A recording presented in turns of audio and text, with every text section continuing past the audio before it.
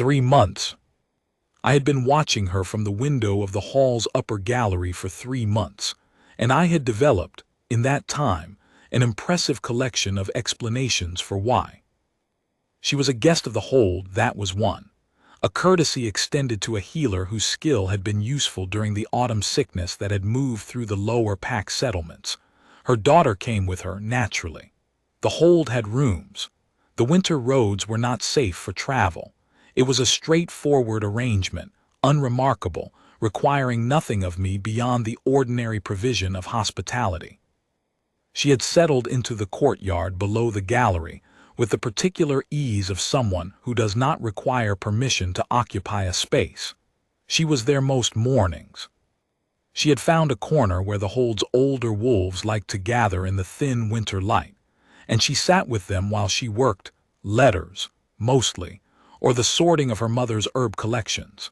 And the wolves had adopted her with the enthusiastic completeness that pack animals show when they have decided a person is worth keeping. This was the second explanation. The wolves. A competent alpha monitors the behavior of his pack's animals. If the older wolves, the most discerning ones, the ones who had been with the hold for decades, found this woman worth their sustained attention, that was information. I was paying attention to information. The third explanation was that she was interesting. She was interesting in the way that precise, unhurried people are interesting, not because they perform, but because they are entirely themselves, which in a hold full of people managing their presentation before their alpha is a quality that stands out with the quiet distinctness of a fire in a dark room. She disagreed with my steward about the heating provisions for the East Wing and was right about it. She organized the wolves' morning feeding schedule without being asked, and without announcing she was doing it, and the result was that the old animals were sleeping better, which the hold's healer confirmed. She read in the evenings in the library with the focused calm of someone who was genuinely reading rather than demonstrating that she read. I had 3 months of explanations.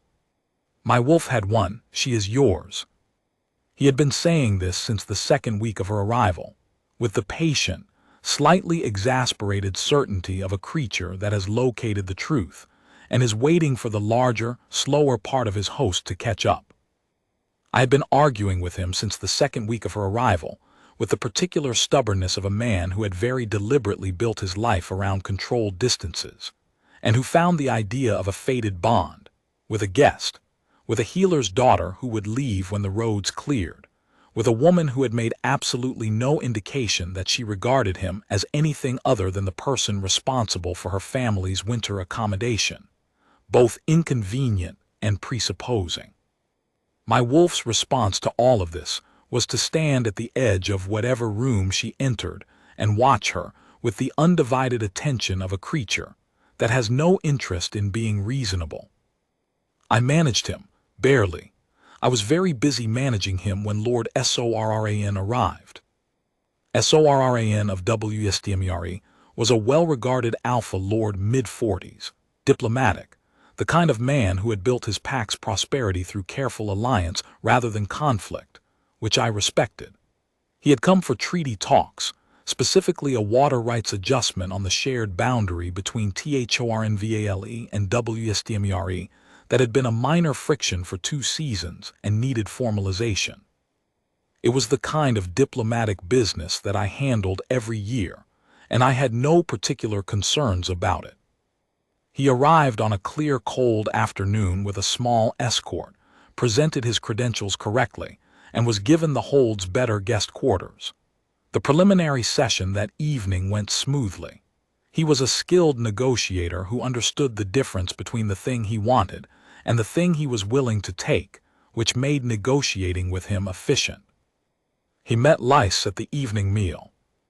She was seated at the lower section of the great hall's long table. She and her mother took meals with the hold's senior staff, a mid-table courtesy that her mother had accepted with practical gratitude, and that Lys had not seemed to think about one way or the other. Sorran was at the upper table with me and my counsel, and across the standard distance of a formal dining hall he noticed her. I noticed him noticing her. I told myself this was pack politics awareness. A visiting alpha lord taking interest in an unaffiliated woman within my hold was information worth holding. I was holding it. He asked, with the smooth social grace of a man accustomed to these gatherings, who the young woman in the gray wool was. My steward told him she was a healer's daughter, wintering with the hold. Soran nodded and made the small sound of a man who has been told something interesting and is filing it for later. I cut my meat and said nothing and paid attention to the boundary adjustment figures my counsel was discussing, and my wolf stood up inside my chest and put his paws on the table and refused to sit down until I acknowledged what was happening, which I declined to do. The next morning, Soran found her in the library. I know this because I was in the adjacent corridor when it happened. I had been walking to the council room for the morning session, and the library door was open, which it usually wasn't, because Lice tended to close it when she was reading, which she said kept the warmth in. I heard Soran's voice first, the courteous, unhurried tone of a man who is making a deliberately good impression, and then her voice, which was clear and slightly surprised but not uncomfortable. I stopped in the corridor. This was not eavesdropping. I was in the corridor, which was a place I was permitted to be and had legitimate business traversing. The fact that I then remained in the corridor for several minutes, having ceased traversing it, was a separate matter that I did not examine closely.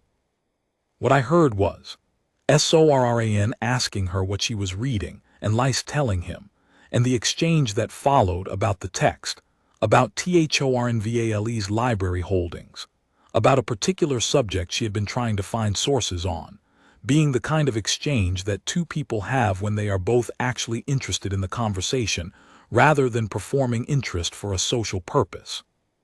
She laughed once. It was a brief, genuine laugh, the kind that escapes rather than being deployed. I had heard her laugh perhaps 3 times in 3 months because she was not a person who distributed her laughter for social currency. I walked to the council room. My wolf was making a sound that I had not heard from him before, not the steady, patient certainty of the past 3 months, but something with an edge to it, the particular tone of a creature that is no longer certain its host is going to handle the situation correctly and is considering its options. I told him internally to be quiet. He was not quiet. The treaty session that afternoon covered the technical water rights provisions in detail, which required sustained concentration, and I gave it sustained concentration, and the session was productive, and none of this addressed the situation in the library, which I was not addressing. Soran was professional throughout. He was a good negotiator and a decent man, and his interest in Lice was the ordinary interest of an unattached alpha lord encountering a woman he found remarkable, and there was nothing wrong with it, and it was not my concern unless she was mine to concern myself with, which I had been very carefully not deciding. My wolf had decided. My wolf had decided in the 2nd week of November, and had not changed his position since, and was currently at the edge of his patience, in a way I had not experienced in my adult life. I understood, intellectually, what the bond was. I had seen it in my father and in 2 of my senior pack members, the particular quality of a person who has located their mate, the way the world reorganizes itself around that fact. I had always assumed I would know it immediately and act on it immediately, because I was an alpha and alphas did not tend toward hesitation. What I had not accounted for was Lice. She had arrived in the hold as a guest, with no context for what she was to me, except that she was a woman staying in my hold through the winter. She had made no claim on me and required nothing of me except the ordinary courtesy of a host. She was principled and warm and entirely herself, and she had spent 3 months being these things without performing them for my benefit, which was either the most honest thing I had encountered in years or the most destabilizing. Both, as it turned out. The trouble was that the bond, the wolf's knowledge, the certainty that she was specifically meant for me, had arrived before I had any legitimate basis to act on it. She was a guest. She had not indicated she viewed me as anything other than her host. Declaring a fated bond to a woman who was staying in your hold because the winter roads were impassable struck me, 3 months ago, as the kind of thing that would be deeply inappropriate at best. So I had managed it. I had maintained the distance. I had been a courteous, attentive host and nothing more, and the wolf had been patient with me in the way that wolves are patient, not because they agree, but because they are waiting for the situation to resolve itself, which they know it will.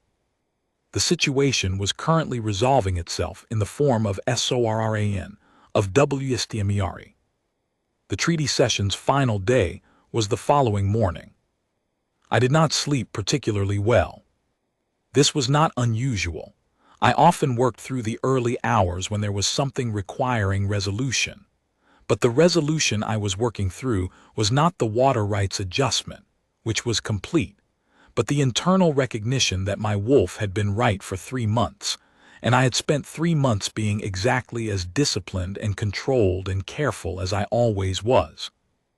And the net result of all that discipline was that a well-regarded alpha lord from WSTMERE was in my hold, and had found Lice remarkable, and was not wrong to find her remarkable, and had every diplomatic right to pursue the interest if she was unaffiliated. She was unaffiliated because I had not affiliated her.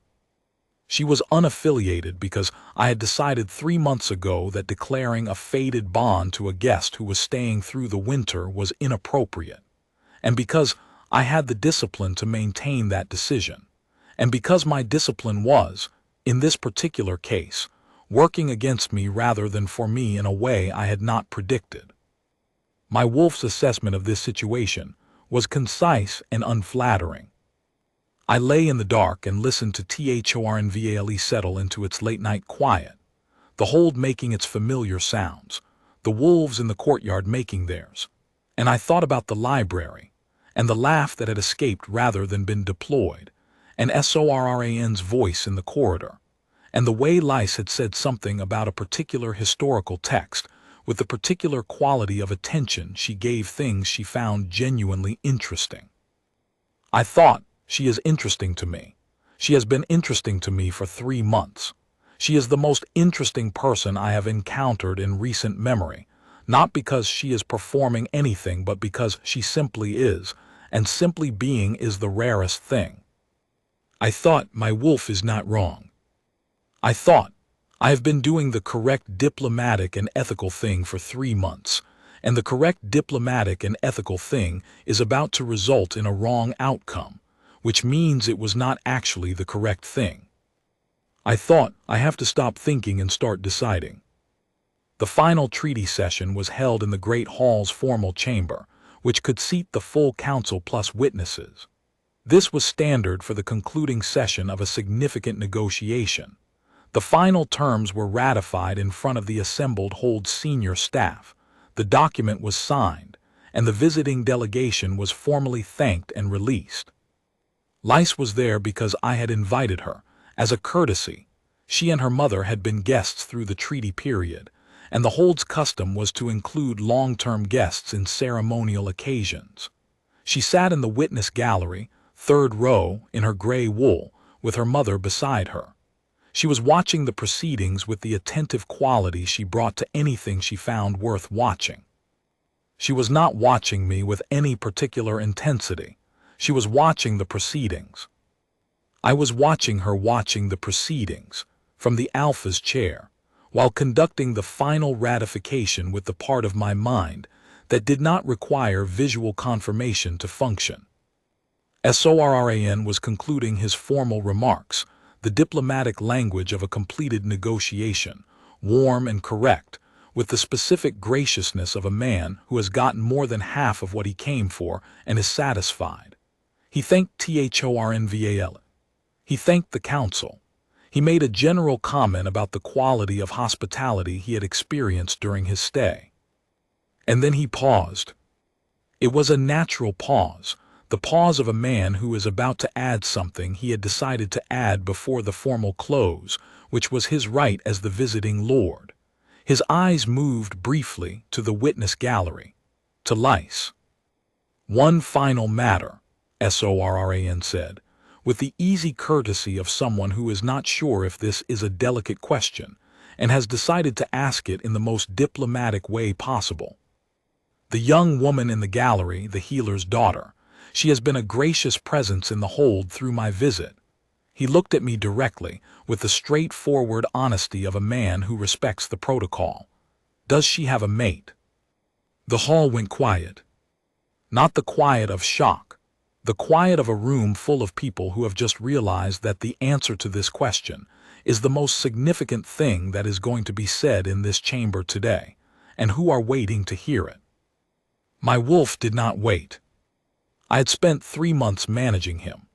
I had spent 3 months maintaining the correct distance and the appropriate discipline and the considered restraint of a man who understood that declaring a fated bond required more context than a winter arrangement. I had spent the previous night working through the decision with the thoroughness I applied to significant decisions.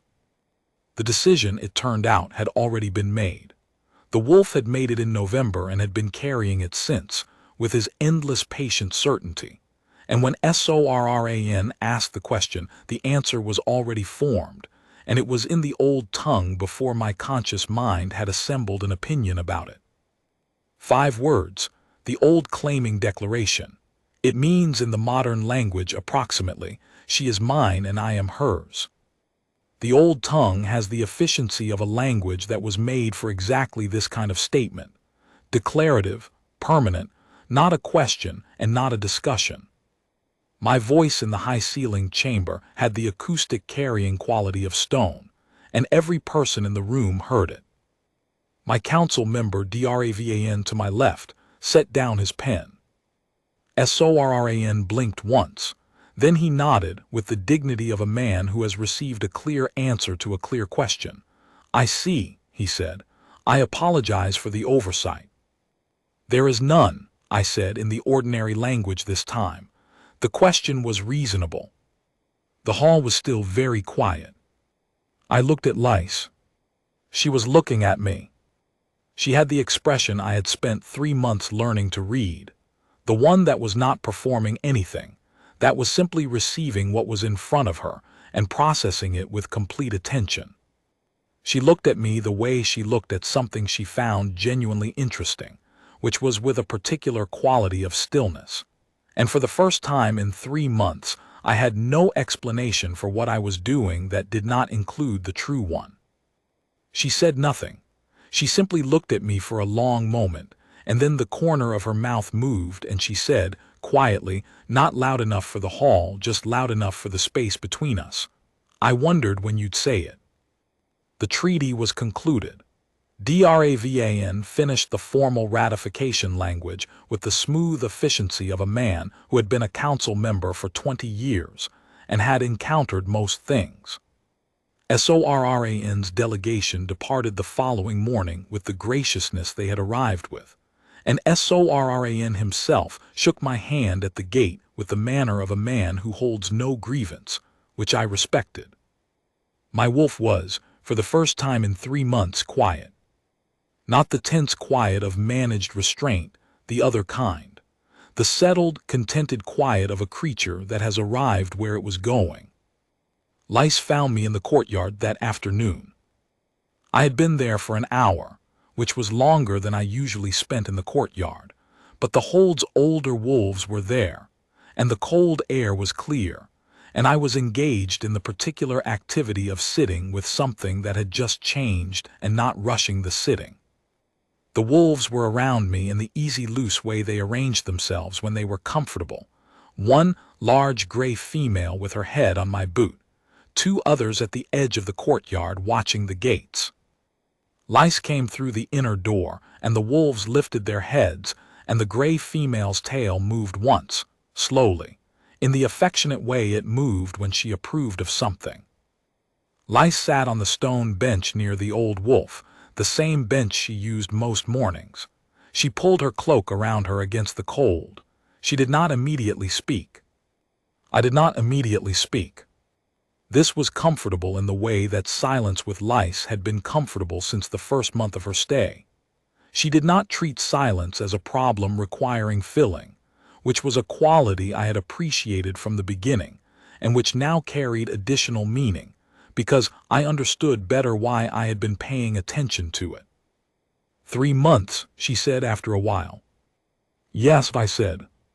You're methodical, she said. She did not say it as a criticism. She said it the way she said everything, as an observation, accurate and without particular judgment. I thought it was correct, I said. To wait, you were a guest. I had no standing to. I know what you thought, she said. I'm not reproaching you. She looked at the courtyard wall, the old stone, the frost on the north-facing stones that the winter sun never quite reached. I'm telling you that I noticed. When? I asked. The wolves, she said. The way they looked at me and then looked at you the first week. Pack wolves are very honest. They knew before either of us was willing to. She paused. Before you were willing to, I think I knew earlier. I looked at her. She was not looking at me. She was watching the gray wolf who had settled her head back down and closed her eyes. How much earlier? I asked. Lise was quiet for a moment. Then, the day I reorganized the Eastern heating schedule. Your steward was wrong about the vent placement, and I told him so, and you were at the end of the corridor and you heard it, and instead of overriding me out of deference to him, you asked me to explain my reasoning and then agreed with it. She glanced at me. A man who asks for reasoning and then follows it regardless of who supplied it is a man worth paying attention to. I thought about this. That was November, I said, 2nd week. Yes. That was when the wolf, I stopped. I know, she said. I told you they're very honest. I looked at the gray wolf on the flagstones, eyes closed, completely peaceful. The wolf had known in November. Lise had known in November. I had known in November and had been arguing about it with myself since. I spent 3 months being careful, I said. I know, she looked at me directly. It was considerate. A less careful man would have said it the first week and frightened me. Were you frightened? I asked, not anxiously, genuinely. She considered. No, she said, I was waiting. We sat for a while in the courtyard with the old wolves, in the thin winter light. The gray female's breathing was slow and even. The frost on the north-facing stones caught the afternoon angle and held a faint brightness. The road south opens in 6 weeks, I said eventually. Yes, she said. Your mother will want to travel when it does. Yes, she said. I looked at the courtyard gate, the familiar iron fittings, the stone arch that Thornvale's builders had put up 2 generations before mine. I would like, I said carefully, because I was learning to be careful with a different thing now, not with distance but with honesty, which required the same precision and considerably more vulnerability, for you to stay. She looked at me. Not as a guest, I said. I'm not asking you to stay as a guest. I know what you're asking, she said. Then, with the quality she had of saying exactly what she meant without hedges, the road south opens in 6 weeks and my mother will want to travel when it does. She paused. I'll stay. My wolf made a sound that I did not have a word for, not triumph, not relief, something that lived between them and was older than either. Thank you, I said, which was not quite the right language for it and was the best I had. You should practice the old tongue, she said. If you're going to use it in formal sessions, you should be fluent. I am fluent, I said, slightly stung. You hesitated on the second word. I did not. Dravan noticed. Dravan was setting down his pen. She was doing the thing that was not quite a smile, the deliberate calm that meant she was amused and was not going to show it fully, which I had been watching for 3 months, and which now that I understood I was watching it for, seemed considerably warmer than it had before. He noticed, she said. I looked at her. I didn't hesitate, I said. The second word, she said peacefully, and looked back at the wolves. I told my counsel the following morning. This was a formality. Dravan had already understood, and the rest of the council were people who had been managing my hold's business for between 8 and 20 years, and who had long since developed the capacity to read a room that had gone suddenly quiet and draw accurate conclusions.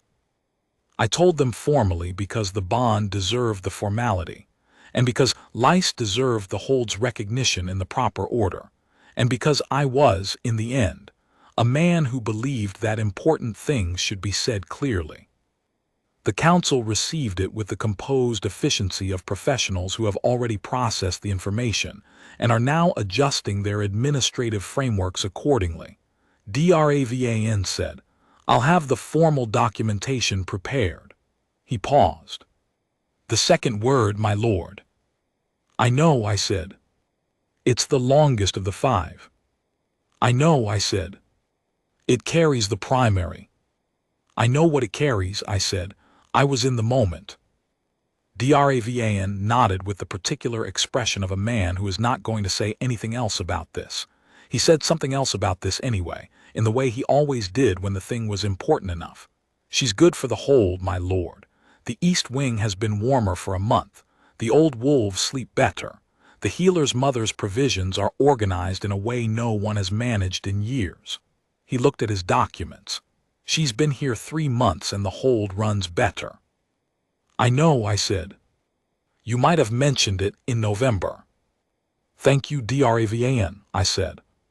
He returned to his documents with the satisfied air of a man who has made his point.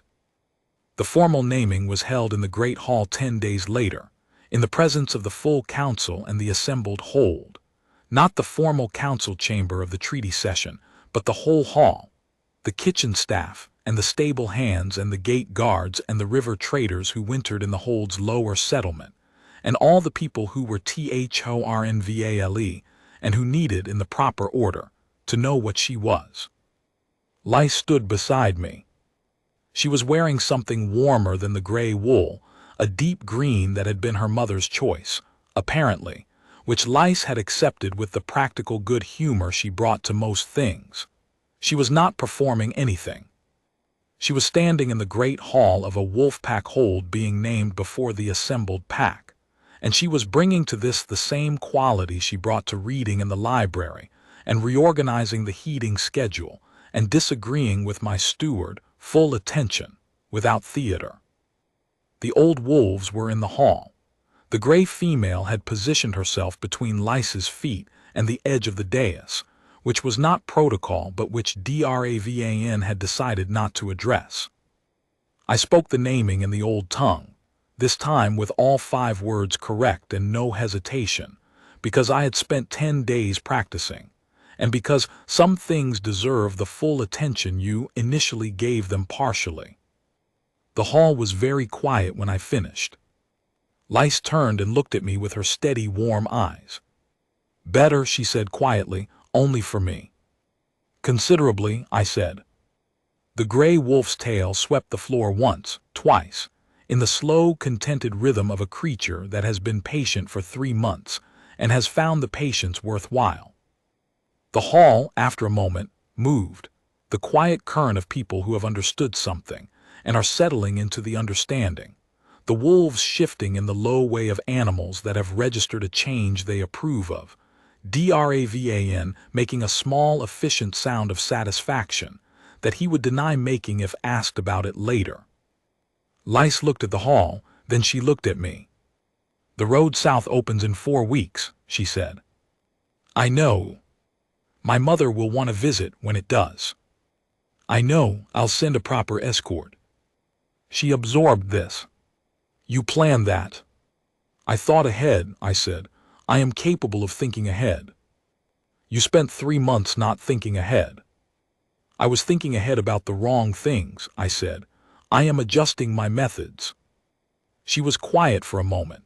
Then, with the expression that was not quite a smile and was, now that I no longer had to interpret it from a careful distance, clearly warmer than I had fully understood. 3 months, she said, and you didn't hesitate on the second word. I practiced, I said. Good, she said. My wolf was warm, and the hall was warm, and the gray female between Lice's feet settled her head down with the satisfied certainty of a creature that had known all along exactly how this would go and had simply been waiting for the rest of us to arrive.